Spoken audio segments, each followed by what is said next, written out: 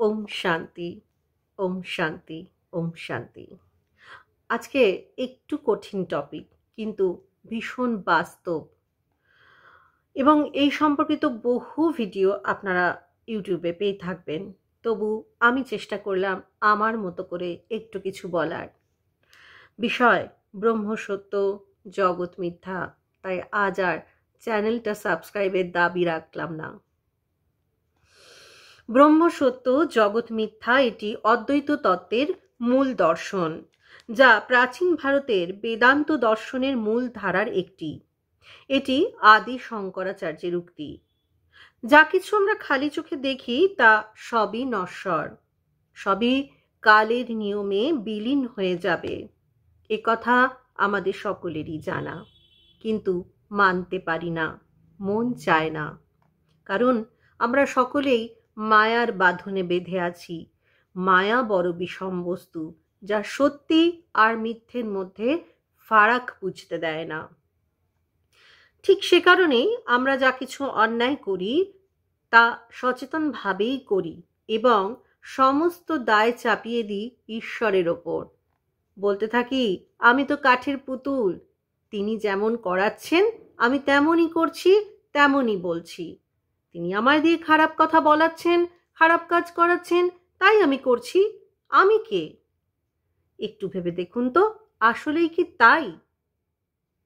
নাকি মায়ার চক্করে পড়ে আমি নিজের দোষ, নিজের অবগুণগুলোকে অজুহাত দিয়ে গার্ড করতে চাইছি, ঢাকা দিতে চাইছি?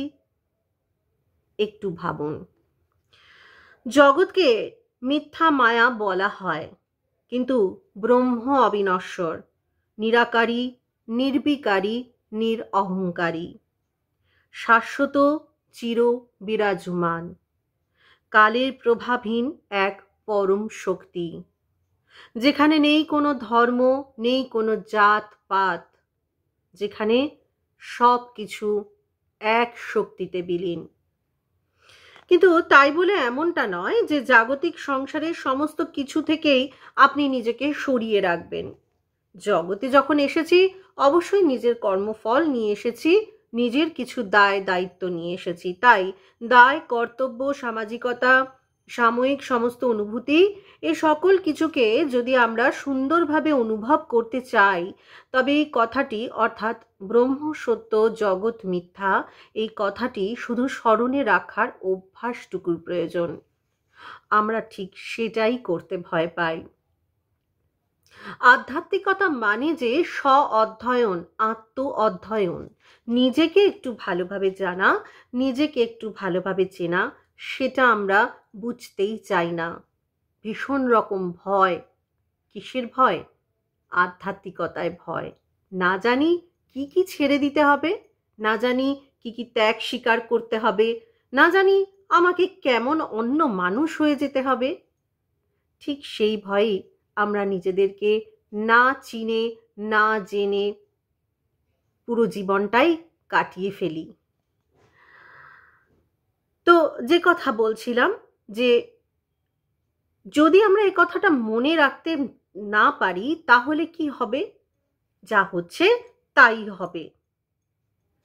আমরা মায়ার চক্করে ক্রমশ এই সমস্ত জড় জগতে এমনই নিমজ্জিত হয়ে পড়ব যে স্বাভাবিক বিবেক বোধ ধীরে ধীরে শেষ হয়ে যেতে থাকবে, এবং যা বর্তমানে হচ্ছে, প্রবলভাবে আমাদের বিবেক বোধ, আমাদের ধৈর্য, সমস্ত কিছুই শেষ হয়ে যাচ্ছে, যার ফল আমরা চারিদিকে দেখতে পাচ্ছি এবং প্রত্যেক মুহূর্তে আশা করছি অন্যজন বদলাবে, আমি নয়। অন্যের বদলের আশায় বসে থাকতে থাকতে কিছুই আর বদল হচ্ছে না। ঠাকুর বলেছিলেন, জগৎ যদি সত্য অবিনশ্বর হতো তবে আমি কামারপুকুরকে সোনায় মুড়িয়ে দিতুম। বলেছিলেন, আচ্ছা ওই যে তুমি হাত থেকে কি একটা ছুঁড়ে ফেলে দিলে, ওতে কি ব্রহ্ম বা ঈশ্বর আছেন? যদি থাকতেন, যদি তিনি সর্বত্র বিরাজমান হতেন, তবে কি আমি ওই জিনিসটা এমনভাবে ছুঁড়ে ফেলে দিতে পারতাম?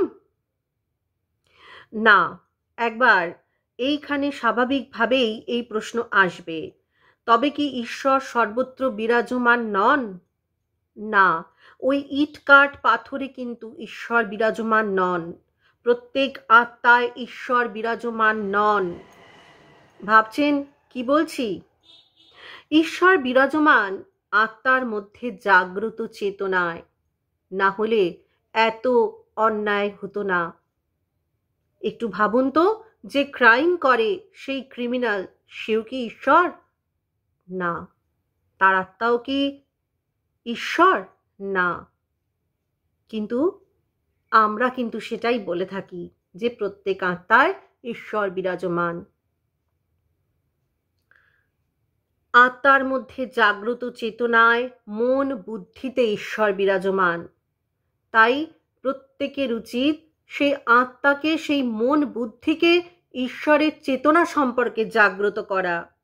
আত্ম উপলব্ধি হলো ব্রহ্ম, এবং এই উপলব্ধি হতে অনেকটা সাধনা, ধৈর্য, অভিজ্ঞতা বা ইচ্ছার প্রয়োজন। হ্যাঁ, সর্বোপরি হলো ইচ্ছা। যতক্ষণ না আপনার মধ্যে সেই ইচ্ছা জাগ্রত হচ্ছে যে আমি কে, জগৎ কি, এ সম্পর্কে একটু জানি, ততক্ষণ আপনি কিছুই জানতে পারবেন না এবং কোনোভাবেই আপনার জীবনে ব্যালেন্স আসতে পারে না।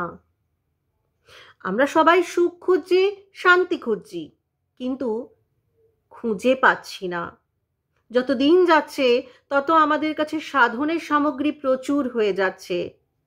যখন এত সাধন ছিল না, তখন কিন্তু আমরা বেশ ছিলাম। তাহলে এত সাধন থাকা সত্ত্বেও কেন আমরা ভালো থাকতে পারছি না বলুন তো? আসলে সুখ খুঁজতে খুঁজতে শান্তির চাবিকাঠিটা যেখানে হারিয়ে ফেলেছি, ঠিক সেখানেই আমরা খুঁজছি না। চাবি হারিয়েছি বাড়ির বাইরে, সারা বাড়ি শান্তির চাবি খুঁজে মরছি। পাবো কি করে? আদি শঙ্করাচার্য এই তথ্যের উপস্থাপনা করেছিলেন যাতে সংসারী মানুষ সহজে জীবনের নানান জটিল সমস্যার মোকাবিলা করতে পারে, আর সাধারণ মানুষ ভয়ে সব কিছু থেকে সরে থাকছে। যদি সন্ন্যাস হয়ে যেতে হয়, কি করে ভোগ করব? ভোগের জন্যই তো বেঁচে আছি। কিন্তু আমাদের দুর্ভাগ্য যে আধ্যাত্মিকতার নামটা শুনলেই মানুষ ছিটকে চলে যায়। আত্মা সম্পর্কে জ্ঞান, অর্থাৎ আমি, স্বজ্ঞান, এটাই আধ্যাত্মিকতার আসল বিষয়। আত্ম অধ্যয়ন, নিজেকে জানা, নিজেকে চেনা।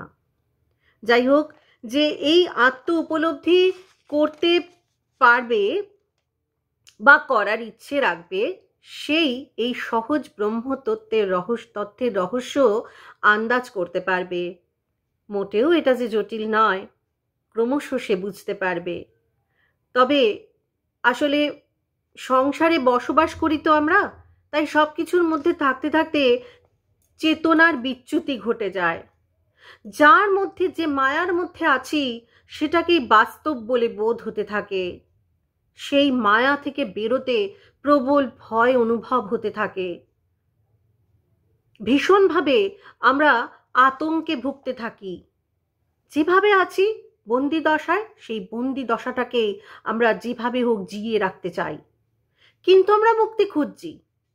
মুক্তির পথটা ধরতে ভীষণ ভয়। তবে এত কঠিনও নয়। যদি চান, প্র্যাকটিস প্র্যাকটিস প্র্যাকটিস, একমাত্র অভ্যাস এবং ইচ্ছেই পারে আপনাকে জীবনে ব্যালেন্স এনে দিতে। ভিডিওটা যদি ভালো লেগে থাকে, খুব সহজভাবে একটু বোঝানোর চেষ্টা করলাম একটা কঠিন আর বড় তথ্যকে। অবশ্যই শেয়ার করুন এবং ভাবুন। 3-4টে দিন বিষয়টা সম্পর্কে একটু ভাবুন, বারবার শুনুন। বাকি তথ্য চাইলে অবশ্যই পরবর্তী ভিডিওতে পাবেন। ভীষণ ভীষণ প্রয়োজনীয় একটা তথ্য আজ দিলাম। ওম শান্তি, ওম শান্তি, ওম শান্তি।